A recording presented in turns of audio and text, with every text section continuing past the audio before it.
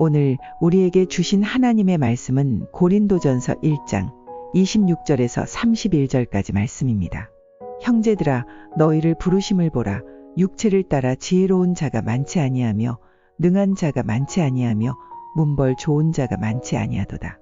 그러나 하나님께서 세상에 미련한 것들을 택하사 지혜 있는 자들을 부끄럽게 하려 하시고 세상에 약한 것들을 택하사 강한 것들을 부끄럽게 하려 하시며 하나님께서 세상에 천한 것들과 멸시받는 것들과 없는 것들을 택하사 있는 것들을 폐하려 하시나니 이는 아무 육체도 하나님 앞에서 자랑하지 못하게 하려 하심이라. 너희는 하나님으로부터 나서 그리스도 예수 안에 있고 예수는 하나님으로부터 나와서 우리에게 지혜와 의로움과 거룩함과 구원함이 되셨으니 기록된 바 자랑하는 자는 주 안에서 자랑하라 함과 같게 하려 함이라. 아멘. 막 뭐가 일남성교회 안 맞는 것 같고 뭔가 박자가 좀 이상한 것 같고 그럼에도 불구하고 하나님의 은혜가 있었는 줄 믿습니다. 우리 전사님 찬양하실 때 뭐가 안 되는 것 같고 그래도 하나님의 은혜가 있는 줄 믿습니다. 우리 서로 고백할까요? 하나님은 나를 사랑하십니다. 여러분 안에 그 사랑이 가득 차십니까? 흘러 넘치길 원합니다. 그 흘러 넘치는 사랑을 가지고 옆 사람에게 고백하길 원합니다. 하나님은 당신을 사랑하십니다.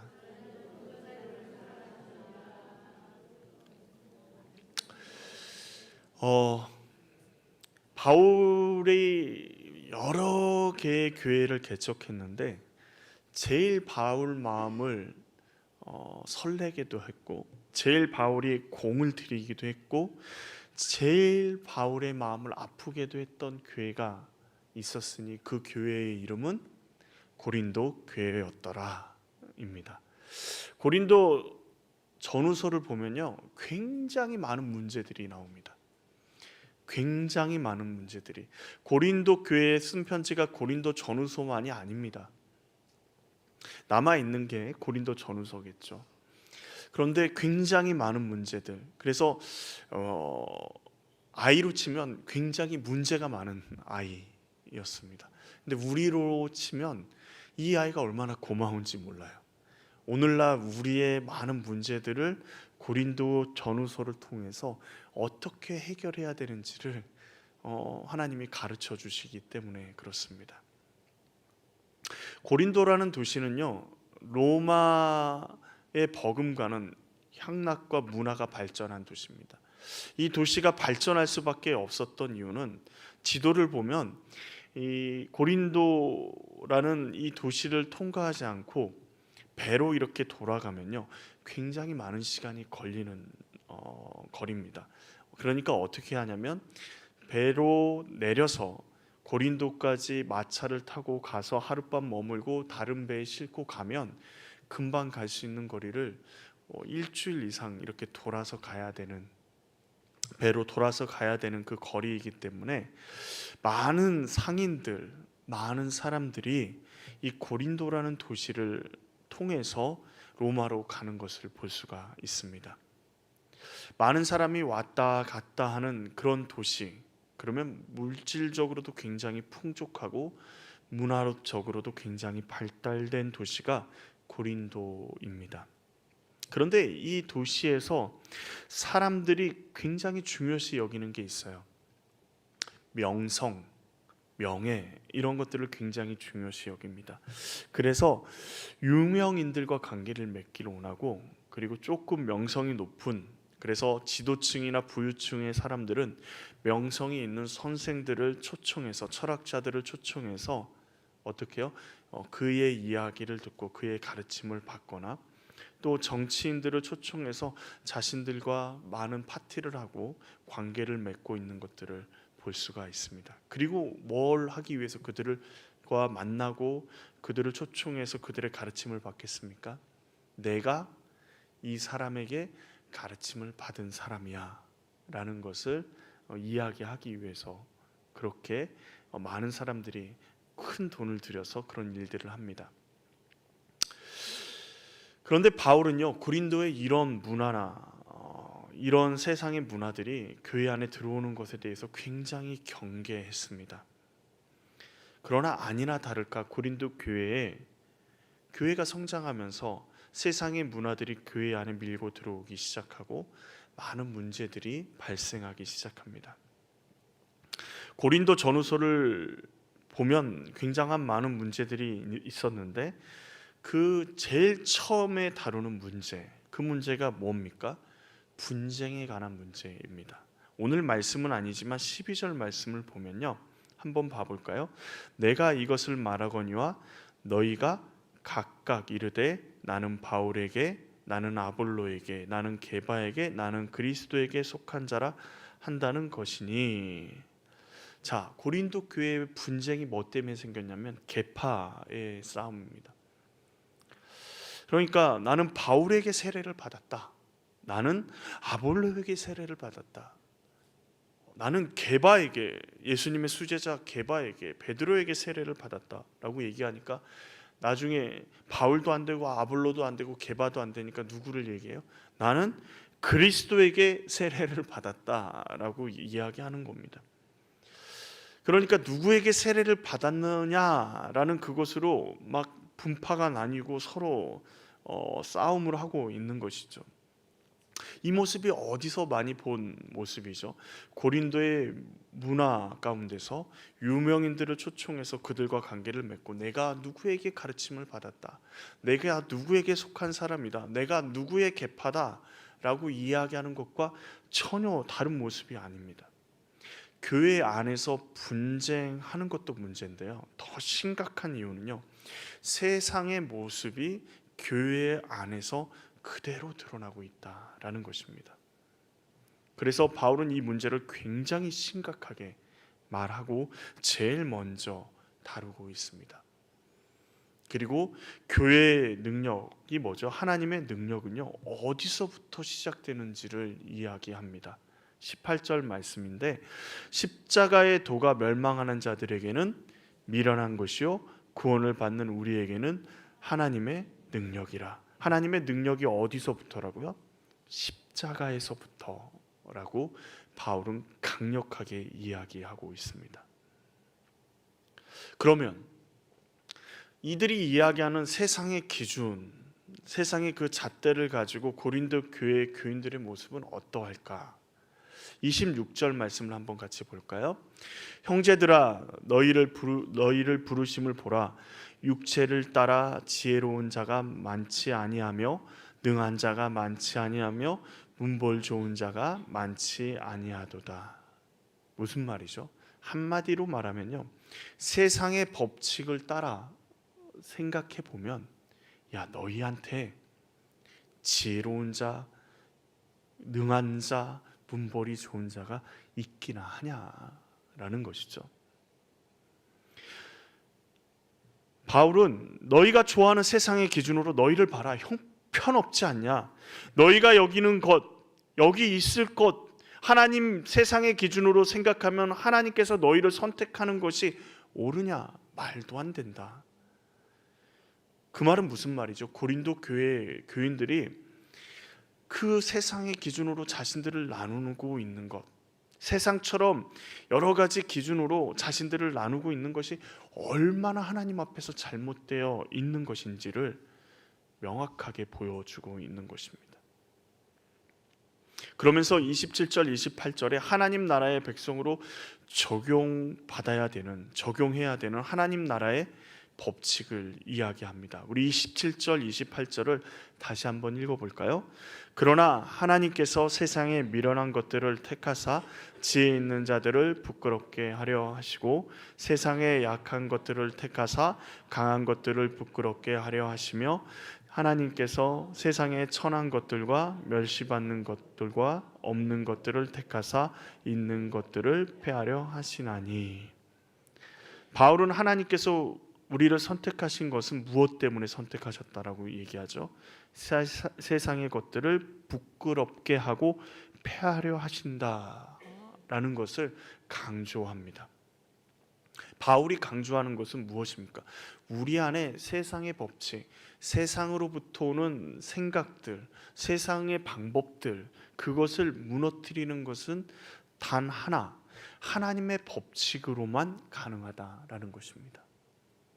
우리가 세상의 법칙을 가지고 세상을 살아가는 방법, 세상 사람들이 살아가는 방법을 가지고 세상에서 살아갑니다. 그래서 때로는요, 우리도 모르게 세상의 기준으로 교회 안에서 생활하려고 할 때가 있습니다. 그러나 바울은 세상의 법칙대로 살아서 소위 말해서 잘 나가도요, 하나님의 기준으로는 아무 소용이 없음을 말하고 있는 것이죠. 그리스도인의 기준은 철저하게 하나님의 기준으로 살아야 함을 말하고 있습니다. 이것은 우리가 가진 것이 없고 명예가 없고 문벌이 좋지 않아야 된다. 그래서 일부러 그런 자리로 내려가고 있는 것도 다 내어버리고 명예도 훼손시키고 문벌도 좋지 않게 살아가야 된다. 그래서 애들도 학교도 안 보내고 그렇게 살아가야 된다라는 것이 아닙니다. 바울은 그리스도인의 삶은 철저하게 우리 힘으로 살아가는 것이 아님을 이야기하는 것이죠. 그 말은 무슨 말입니까? 세상적으로 성공해도요, 세상에 좋은 배경을 가지고 있어도요, 많은 재산을 가지고 있고 많은 것들을 누리며 살아가는 것처럼 보여도요, 그리스도인의 삶의 기준은 하나님의 말씀과 뜻에 있어야 한다라고, 예수 그리스도의 십자가에 있어야 한다라고 가르치고 있는 것입니다. 그 대표적인 사람이 누구죠? 바울 자신입니다. 바울은 문벌이 좋은 사람이었습니다. 그는 이스라엘 유대인들의 차기 지도자였습니다. 모든 사람이 바울을 굉장히 좋은 사람으로, 그리고 다음 차기 지도자로 생각하고 있었습니다. 그만큼 좋은 위치에 좋은 스승의 제자였죠. 이제 승승장구할 일만 남았는데 그는 철저하게 예수 그리스도의 십자가 앞에 무릎 꿇고 오직 그가 가지고 있는 좋은 학식들을 예수 그리스도만을 위해서 사용합니다. 그리고 그 학식을 뭐라 그러죠? 배설물로 여긴다라고 이야기합니다. 바울의 삶의 중심에 있는 것이 무엇이죠? 오늘 우리가 보진 않았지만 17절 말씀에 보면 오직 복음을 전하게 하려 하심이로되 말의 지혜로 하지 아니하면 그리스도의 십자가가 헛되지 않게 하려 함이다. 바울의 중심은요, 십자가입니다. 십자가가 헛되지 않게 하기 위해서 자신의 전 삶을 드린 사람이 바울입니다. 자신에게 자랑할 것이 많습니다.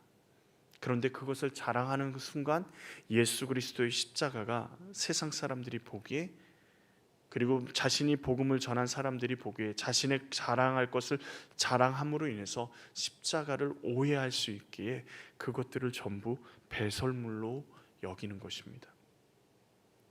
십자가가 무엇입니까? 세상 사람들이 보기에는 미련하기 그지없는 것입니다. 십자가는 최악의 죄수에게 내려지는 형벌의 틀입니다. 그 형틀에서 죽은 예수 그리스도를 믿는 것은 당연하게 미련하게 보이는 것이죠. 지금 사형수를 믿고 사형수를 따라가면서 우리의 구세주라고 이야기하는 그 사람들이 있다면 미친 사람이라고 그럴 겁니다. 그러나 예수 그리스도의 십자가를 믿는 우리에게는, 그리고 사도 바울에게는 그 십자가는 우리를 향하신 하나님의 사랑, 그리고 하나님의 구원하심의 통로인 것이죠. 하나님의 뜻에 순종해서 십자가를 지신 예수님은 승리해 주시고 구원의 역사를 우리 가운데 이루신 분이십니다. 하나님께서 이렇게 하신 이유가 뭐죠? 29절입니다. 이는 아무 육체도 하나님 앞에서 자랑하지 못하게 하려 하심이라.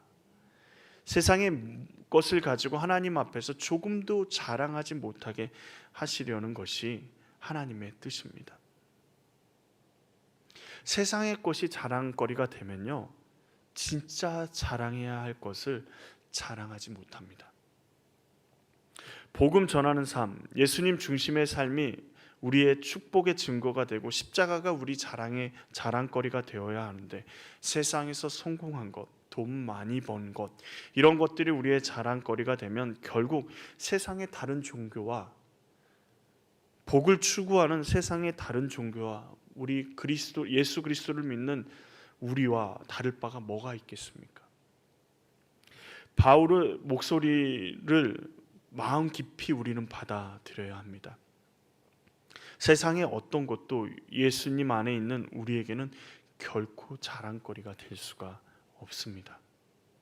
세상의 것이 우리의 자랑거리가 될 수 없는 이유, 30절에 말씀하고 있죠. 너희는 하나님으로부터 나서 그리스도 예수 안에 있고 예수는 하나님으로부터 나와서 우리에게 지혜와 의로움과 거룩함과 구원함이 되셨으니. 세상의 것이 자랑거리가 될 수 없는 이유는 우리에게 지혜도 의로움도 거룩함도 없다라는 것입니다. 우리에게 있는 지혜도 의로움도 거룩함도 누구에게서부터 나온 것입니까? 예수 그리스도에게서부터 나온 것입니다. 일남성교회 회원 헌신 예배 때 왜 이런 얘기를 하실까 그럴지 모르지만 일남성교회 회원들이 너무도 귀한 것 같습니다. 이 세상 가운데서 가족을 위해서 열심히 헌신하시고 이제 그 헌신의 시간들도 거의 끝나가잖아요. 그리고 그 시간들이 점점 줄어들지만 그분들의 삶이 귀한 것은 그분들이 우리 일남성교회 회원들이 예수 그리스도 안에 있기 때문입니다. 그러기에 너무도 귀한 것입니다. 그리스도 안에서 예수의 이름으로 살아가기 때문에 그렇습니다. 오직 예수 안에서만 하나님의 놀라운 은혜가 나온다라고 얘기하는데, 그렇다면 우리 일남성교회 회원들이 정말 이 땅 가운데서 남은 생애 가운데 그리고 우리 모든 성도들이 자랑해야 될 것이 무엇일까요? 첫 번째는 하나님의 부르심, 택하심이 우리의 자랑이 되어야 한다라는 것입니다. 내가 이렇게 살았어, 내가 이렇게 우리 가족을 위해서 헌신했어가 아니라 하나님의 부르심, 택하심이 우리의 자랑이 되어야 하는 것이죠. 26절 처음을 보면 형제들아 너희를 부르심을 보라 라고 말씀하고 있습니다. 하나님께서 부르신 사람들을 한번 생각해 볼까요? 아브라함을 하나님이 부르셨습니다. 그래서 무엇으로 만드셨죠? 믿음의 조상으로 만드셨습니다. 모세를 부르셔서 이스라엘의 지도자로 만드셨습니다. 다윗을 부르셔서 이스라엘의 왕으로 삼으셨습니다. 엘리야와 엘리사를 부르셔서 이스라엘의 선지자로 사용하셨습니다. 어부인 베드로와 야고보와 요한을 부르셔서 예수님의 제자, 예수님의 말씀을 전하는 사도로 사용하셨습니다. 그런데 가만히 생각해 보십시오. 지금 제가 말씀드린 이 사람들은 대부분요 평범한 삶을 살아가던 사람들입니다. 그들에게 어떤 능력이 있어서, 힘이 있고 권세가 있어서 그들이 주님께 선택받은 것이 아니라는 것이죠. 그런데 하나님의 부르심에 응답한 그들의 삶은요 위대한 삶을 살았다라고 이야기합니다. 그들의 자질이 뛰어나서가 위대한 사람이 된 것이 아닙니다. 그들의 상황만 보면 나이도 많고 능력도 없고 사회적 지위와 조건들도 형편없는 사람들이 그들의 모습입니다. 그렇다면 그들이 믿음의 조상도 되고 이스라엘의 역대 최고의 지도자도 되고 이스라엘 왕도 되고 하나님의 말씀하시는 놀라운 능력을 행하는 선지자도 되고 예수님의 제자도 될 수 있었던 이유는 무엇입니까? 그들에게는 찾을 수가 없어요.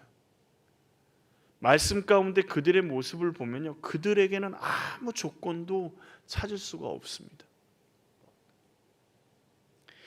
찾는다 해서 찾는 게 뭐냐면 그들이 하나님 말씀에 응답했다라는 것 하나, 순종했다라는 것 하나뿐입니다. 그것도 그 순종도요 한 번에 이렇게 탁착착착 잘하면 좋은데 때로는요 하나님 말씀도 어겨가고요. 아브라함도 그렇잖아요. 막 하나님이 가나안 땅에 머물라 그러는데 애굽에도 내려갔다가 자기 아내 누이라고 했다가 괜히 아내 빼앗길 뻔하고, 다윗은 어떻습니까? 베드로와 야고보와 요한은 또 어떻나요? 다 하나님의 말씀에 온전히 순종하지 못하는 모습인데 하나님이 그들을 부르셨다라는 그 사실 하나가 그들을 위대하게 만든 것입니다. 우리는요, 우리가 하나님을 선택했다라고 생각합니다. 내가 하나님을 선택했다라고 생각하는데 하나님이 우리를 부르셨습니다. 요한복음 1장에 보면 나다나엘을 하는 예수님께서 부르신 이야기를 우리가 볼 수가 있습니다. 빌립이 예수님의 제자로 부름받고 나다나엘에게 가서 예수님에 대해서 막 얘기합니다. 내가 만난 예수님이 이런 분이셔. 정말 뛰어나신 분이야. 우리가 기다리던 메시아인 것 같아. 그러니까 나다나엘이 물어보죠. 그분이 어디 사람이야? 라고 얘기하니까 나사렛 사람이야 라고 얘기하니 나다나엘이 뭐라 그럽니까? 나사렛에서 무슨 선한 것이 날 수 있어? 그 촌동네에서 무슨 선한 것이 날 수 있어? 구약 성경에서 단 한 번도 언급되지 않은 그곳에서 무슨 메시아가 날 수 있어? 하면서 굉장히 부정적이었어요. 그런데 예수님을 만나러 옵니다. 무엇 때문에요? 빌립과의 관계도 있고 하니까 그래 한번 따라가 줄게 하고 따라왔어요. 그런데 예수님이 나다나엘을 보자마자 뭐하라 말씀하십니까? 요한복음 1장 48절에 이렇게 말씀하십니다. 빌립이 너를 부르기 전에 내가 무화과 나무 아래에 있을 때 보았노라. 무슨 말이죠? 다른 걸 다 떠나서요, 빌립이 너를 부르기 전에 이미 내가 너를 보았고 너를 지명했고 너를 불렀다라고 말씀하시는 겁니다. 예수님이 우리를 선택하시기 전에요, 이미 우리를 보셨고 우리를 선택하셨고 우리를 부르셨다라는 것입니다. 그러기에 부르심부터 시작해서 우리가 가진 것도 없고 자랑할 것도 아무것도 없는 것입니다. 그렇다면 왜 하필이면 나 같은 사람을 부르셨을까? 세상의 기준과는 하나님의 기준은 전혀 다릅니다. 우리를 택하신 이유는요, 세상에 미련한 자들을 택하여 지혜 있는 자를 부끄럽게 하시기 위해서라고 이야기하고 계십니다. 하나님이 우리를 택하신 것은요, 우리가 선해서 지혜로워서 능력이 있어서가 아니라 오히려 반대예요. 미련하고 어리석고 약해서 선택하셨다라는 것입니다. 그러면 이런 마음이 딱 들죠. 나는 좀 지혜로운데, 나는 그래도 좀 IQ가 높고 이러는데 라고 생각할지 모르지만 가끔씩 이러잖아요. 어떤 얘기를 하다가 학교 때 공부를 잘했으면 내가 지금 이러고 있겠냐 라고 얘기하시는 분 계시지 않나요? 내가 그때 무엇만 했어도 내가 지금 이러고 있지 않는데 라는 생각을 많이 하죠. 그런 생각을 가지고 있다라는 것 자체가 이미 우리는 미련하다라는 것이죠. 우리가 세상을 바라볼 때 지혜 있고 똑똑하고 그리고 능력 있는 사람이 세상을 주도해 가는 것처럼 보입니다. 능력 있는 사람이 대통령도 되고 능력 있는 사람이 큰 회사의 CEO도 되고 하는 것처럼 보이죠. 그렇지 않습니까? 그런데요, 하나님의 역사는요, 우리처럼 평범하고 심지어 미련하고 아무것도 없어 보이는 사람을 통해서 하나님의 지혜가 드러나십니다. 세상은 더 크게 보면 세상에 똑똑한 사람들이 주도해 가는 게 아니라 하나님이 주도해 가고 계심을 우리는 믿음으로 고백할 수 있고 볼 수 있습니다. 또한 하나님은 세상의 약한 것들을 택하사 강한 것들을 부끄럽게 하십니다. 강하고 힘이 있고 이 세상을 지배하는 것처럼 보이는 그 모든 역사들, 세상을 지배했던 강대국의 모든 역사들은 흔적도 없이 그 사람들의 그 역사들은 사라져버린 것들이 얼마나 많습니까? 심지어요, 예수님의 사랑은 그럼에도 불구하고 이 세상 가운데 계속해서 퍼져나갑니다. 더 재밌는 것은요, 고난을 받으면 받을수록 주의 복음은 더 퍼져나가는 것들을 보게 됩니다. 예수의 이름을 흔적조차 지워버리려고 했던 그 시대조차도 예수님의 이름이 전파되는 것들을 보게 되는 것이죠. 그래서 연약한 자들을 통해서, 정말 아무것도 없는 자들을 통해서 주의 말씀이 선포되어지고 하나님의 말씀이 지켜지고, 그리고 복음이 이 땅 가운데 계속해서 전파되어지는 것들을 보게 됩니다. 이 땅에서 우리의 역사는 기록되지 않습니다. 여러분, 한 100년 후에 순천에서 복음사랑교회 최성현 목사가 있었다, 기록되어 있을까요? 없을까요? 100년 정도 되면 기록되어 있을 수도 있습니다. 근데 1000년이 되면요, 기록되어 있을까요? 순천 복음사랑교회에 유승은 전도사가, 그렇죠? 오늘 며칠이죠? 20일에 찬양을 부르다가 틀렸다. 이게 기록이 될까요? 안 될까요? 다 잊혀지겠죠. 지금 이제 영상이 기록됐으니까 기록이 됐을 수도 있는데, 그런데 중요한 것은 세상에서 역사에 이름조차 남기지 못한 사람들을 통해서 하나님의 복음이 전파되었다라는 것입니다. 우리 한번 생각해 보죠. 이 땅의 역사는, 우리의 역사는 기록되지 않는 것처럼 보이는데, 한번 조금만 생각해 볼게요. 베트남의 영웅이 누군지 아십니까? 저는 잘 모릅니다. 우리나라가 아니니까요. 미얀마의 영웅은 누군지 아십니까? 미얀마 가면은 뭐 고대 왕국에서 누구 이름을 얘기하는데, 그때 들어서 이름도 어려운데 저도 잘 모르겠어요.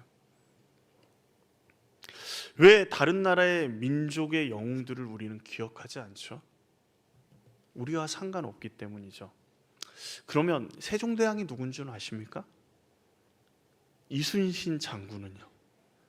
도산 안창호는 기억하십니까? 혹시 이분들을 모르시는 분 계시나요? 외국인이 아니고서는 이분들을 우리는 기억하죠. 왜 기억합니까? 우리 민족의 영웅이기 때문에 그렇습니다.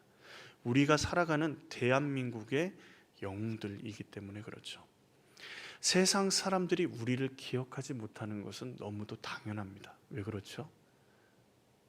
우리는요, 이 세상 사람이 아니기 때문입니다. 이 세상 사람이 아니라 그러니까 또 깜짝 놀라시죠? 우리는요, 이 세상을 살아가고 있지만 이 세상 사람이 아니라 하나님 나라의 사람이기 때문에 그래요. 하나님의 말씀과 뜻을 이루어가는 삶을 살아가는 우리들의 평가는요, 이 땅에서 절대로 이루어지지 않습니다. 이 땅에서 이루어지는 평가들은 오히려 우리에게 마이너스일 가능성이 굉장히 높아요. 그래서 한경진 목사님이나 옥하는 목사님 설교 중에 절절하게 얘기하는 게, 나는 이 땅에서 받아야 될 뭐예요? 축복은, 그리고 영광은 다 받았다. 그 나라에 가서는 저 섬에서 한두 명 놓고 목회하는 그 목회자들, 이름도 빛도 없이 하나님을 위해서 헌신하는 우리 성도들이 영광을 누릴 것이다 라고 얘기할 수 있는 거예요. 왜요? 이 땅에서의 평가는요, 별로 중요하지 않습니다. 하나님 나라의 기준의 평가는요, 전혀 다르지 않습니다. 이 땅과 전혀 다릅니다. 세종대왕 이순신이 우리나라의 의미가 있지, 베트남, 라오스, 미국에 가서 세종대왕도 몰라? 라고 이야기하는 것은 그 나라 가서는 미친놈이 될 가능성이 굉장히 높습니다. 우리가 하나님 나라에 딱 갔는데, 우리는 모를지 모르지만, 우리가 그렇게 유명한 사람인지 꿈에도 몰랐을지 모르지만, 하나님 나라에 딱 갔는데 하나님이, 그리고 천사들이, 그 나라의 하나님 나라의 모든 사람들이 이순신은 몰라도 최성현을 안다라고 이야기하면 얼마나 좋겠습니까? 하나님 나라에서 이 세상에 어떤 힘과 지위와 능력과 권세와 명예를 누리고 살았는지는 별로 중요하지 않습니다. 하나님 나라에서 어떻게 하나님 말씀에 순종하며 살았는지, 우리의 삶의 자리에서 그 자리가 크든지 적든지, 능력이 많든지 적든지 예수님과 어떻게 동행하고 살았는지가 더 중요한 것이죠. 그래서 그 나라에서는요, 세상에서 약한 자들을 주님이 택하셔서 강한 자들을 부끄럽게 하신다라고 말씀하시는 거예요. 하나님 나라의 사람으로 살아가면요, 세상에서 약한 자가 됩니다. 등쳐먹기 좋은 사람이 되고요, 사기당하기 좋은 사람이 되고요, 알면서도 속아주는 사람이 되고요, 연약한 사람, 연약하게 그지없는 사람처럼 보이는 사람이 하나님 나라의 사람일 가능성이 굉장히 높습니다. 그런데 그 나라에 가서는요, 오른밤을 맞으면 왼밤을 돌려댔던 그 사람이 하나님 보시기에는 너무도 큰 사람이 되는 거예요. 하나님께서는 세상에 천한 것들과 멸시받는 것들, 없는 것들을 택하셔서 있는 것들, 이 세상에 있는 것들을 폐하시려고 하신다라고 얘기합니다. 세상에 우리를 멸시하고 없다고 손가락질해도요, 하나님께서는 우리를 택하셨습니다. 하나님의 택하심에는, 그리고 하나님의 부르심에는 후회가 없으십니다. 여러분, 우리가 지금 일남성교회 회원들을 통해서 가정이 이만큼 왔고 놀라운 은혜를 누렸지만 더 큰 은혜는 무엇입니까?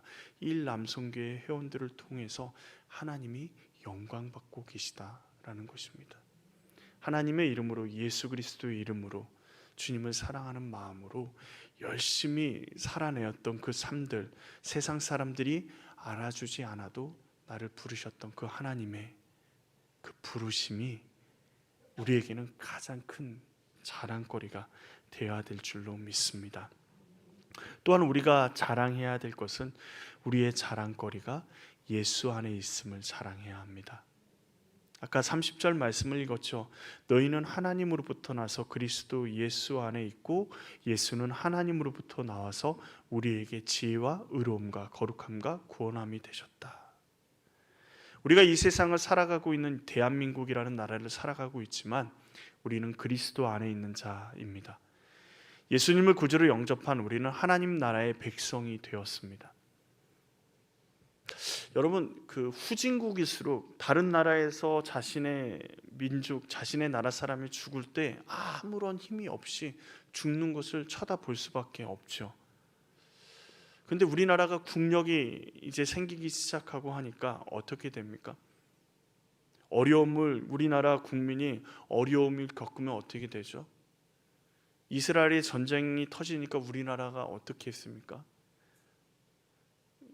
비행기를 보내서 우리나라 국민을 구해 오잖아요. 해외에서 우리나라 국민이 위기에 처했을 때 엄청난 재정을 들여서 그들을 구해옵니다. 그러면 그 장면을 보고 우리나라 사람들 중에 돈이 아깝다 하는 사람도 있지만 대부분의 사람은 우리나라에 대한 자부심을 느낍니다. 그리고 해외에 다닐 때 어떻죠? 위기가 올 때도 우리나라 정부가 우리를 구할 것이다 라는 믿음을 가지게 되는 것이죠. 그런데 우리는 어느 나라의 사람이라고요? 하나님 나라의 백성이라고요. 우리의 위기의 순간에 하나님 나라의 백성인 우리를 하나님이 그냥 두고 보고 계실까요? 우리에겐 지혜가 없어요. 하나님 나라의 백성에겐 지혜가 없지만 그 모든 지혜는 예수 그리스도 안에 있습니다. 근데 그 예수님이 누구와 함께 하세요? 세상 끝날까지 너희와 항상 함께 있겠다라고 약속하십니다. 사도 바울은 오늘 말씀의 결론을 31절에 이와 같이 이야기합니다. 기록된 바 자랑하는 자는 주 안에서 자랑하라 함과 같게 하려 함이니라. 에레미야의 말씀을 통해서 자랑이 주 안에서 자랑하라고, 우리의 자랑은 오직 예수 그리스도 뿐이라고 말씀하고 있는 것입니다. 예수님을 벗어난 자랑은 결코 자랑거리가 될 수 없습니다. 31절에 자랑하라는 말은 가장 큰 기쁨을 의미하는 말입니다. 우리가 예수님을 자랑하는 것은 그냥 자랑이 아니라 우리의 가장 큰 기쁨이 되시는 예수님을 자랑하는 것이고, 당연히 예수님을 자랑할 수밖에 없다라는 것입니다. 인생에 이제 1남성교회 정도 되면 살아온 날보다 살아갈 날이 짧죠. 그렇지 않나요? 그렇지만 이 남성교회도 마찬가지입니다. 3남 정도 돼야 조금 더 그렇게 생각할 수 있겠죠.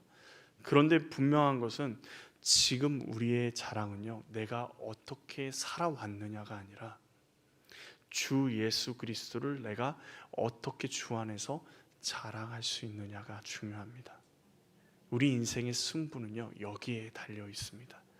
우리 1남성교회 회원들이 주님 안에서 자랑할 수 있는, 내가 어떻게 살아왔다, 내가 어떻게 살았는데가 아니라 우리 자녀들에게 내가 예수님의 은혜로 살아왔다라고 고백할 수 있는, 우리가 예수로 살았다라고 고백하는, 우리의 자랑은 예수님뿐이다 라고 고백할 수 있는, 그래서 이 땅에서의 큰 사람이 아니라 하나님 나라에서 큰 사람이, 하나님 나라의 유명한 사람이 될 수 있는 우리 남성교회 회원들이 될 수 있기를 간절히 원합니다.